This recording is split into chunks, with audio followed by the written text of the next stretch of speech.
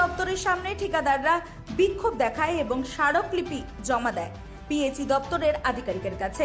বিক্ষোভকারীদের যেটা মূলত অভিযোগ, বহুদিন ধরে পিএইচই দপ্তরের ঠিকাদাররা বহু রকম কাজ করে তার বরাদ্দ টাকা তারা পাচ্ছেন না। বহুবার তারা মিলিতভাবে আধিকারিকদের সঙ্গে দেখা করেছেন, বলেছে বিষয় নিয়ে, এমনকি লিখিত আকারেও জমা দিয়েছে তাদের অভিযোগ, কিন্তু প্রতিবারই আশ্বাস মিলেছে কিন্তু কাজ হয়নি। তাই এবার ঠিকাদাররা একত্রিত হয়ে পিএইচই দপ্তরের সামনে বিক্ষোভ দেখালো। Bureau report, রাতদিন news network. জেলা ডিএম এর কাছে একটা ডেপুটেশন দিয়েছিলাম, টোকেন ডেপুটেশন। তার সঙ্গে সঙ্গে বারাসাত ডিভিশনের এক্সিকিউটিভ ইঞ্জিনিয়ারের অফিসেও আমরা একটা ডেপুটেশন দিয়েছিলাম, যদি এগুলো টোকেন ছিল।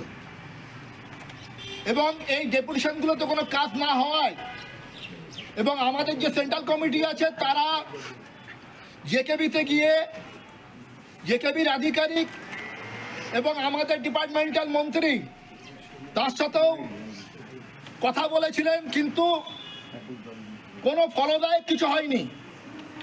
তারপরে আমরা সারা পশ্চিমবাংলার পাবলিক হেলথ ইঞ্জিনিয়ারিং এর যারা কন্ট্রাক্টর আমরা আছি, ঠিকাদার যারা আছি, তারা এই সিদ্ধান্ত নিয়েছিলাম যে ব্যাপকভাবে আমাদের এই যে আজকে দুরবস্থা, আর্থিকভাবে দুরবস্থা, সরকার আমাদের টাকা দিচ্ছে না কাজ করার পরে,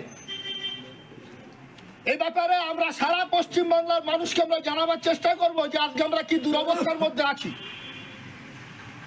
কারণ অনেকেই মনে করেন সাধারণ মানুষের মধ্যে ঠিকাদারদের অনেক আছেন এবং এরা হচ্ছে অস্বচ্ছ।